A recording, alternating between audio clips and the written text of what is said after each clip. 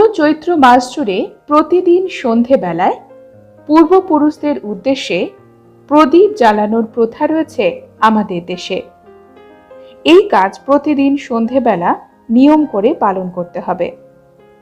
সোমবারে অবশ্যই নিরামিষ আহার গ্রহণ করবেন এবং যারা সোমবারে বিশেষ শিবের ব্রত পালন করছেন তারা একবেলা অন্ন গ্রহণ করুন।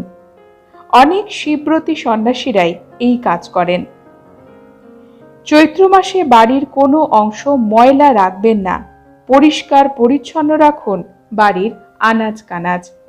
সেই সঙ্গে বাড়ির প্রধান দরজার সামনে সকালবেলা ঘুম থেকে উঠে ঘর থেকে কেউ বাইরে বেরিয়ে যাওয়ার আগে দরজার সামনের অংশে জল দিয়ে ধুয়ে দিন।